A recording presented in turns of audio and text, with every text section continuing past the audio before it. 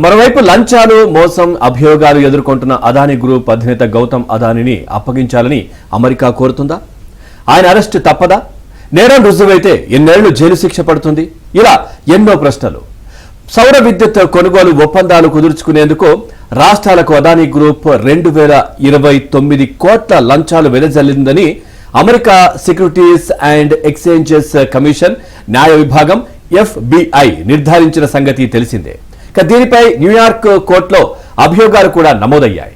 ఆయనపై court arrest warrant జారీ చేసింది. ఈ నేపథ్యంలో అదానీని తమకు అప్పగించాలని అమెరికా కోరే అవకాశాలు ఉన్నాయని భారతీయ అమెరికన్ న్యాయవాది రవి బాత్రా వెల్లడించారు.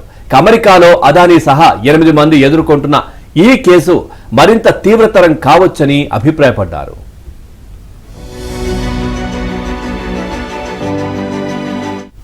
నేరగాళ్ల అప్పగింత ఒప్పందం కింద నిందితులను తమకు అప్పగించాల్సిందిగా కూడా అడగవచ్చని ఓ వార్తా సంస్థకు చెప్పారు.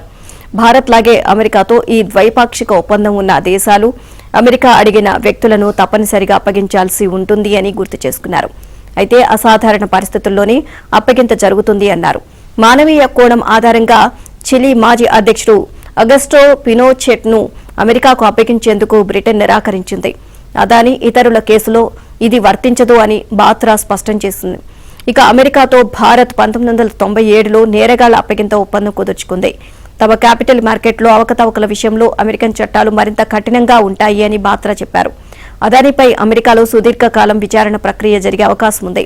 అదానీ గ్రీన్ ఎనర్జీపై లంచం, మోసం, కుట్రలకు పాల్పడినట్లు అభియోగాలు ఉన్నాయి.